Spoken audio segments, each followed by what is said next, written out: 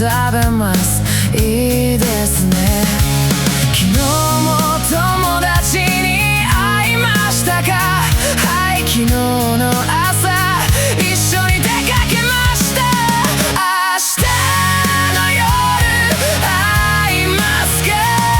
何時がいいですか？7時はどうですか？7時に会います。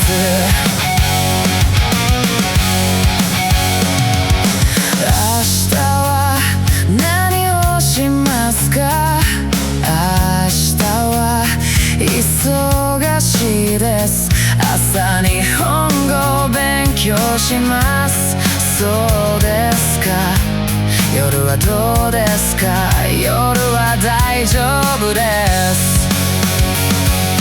午後も仕事がありますか？少し忙しいです。夕方に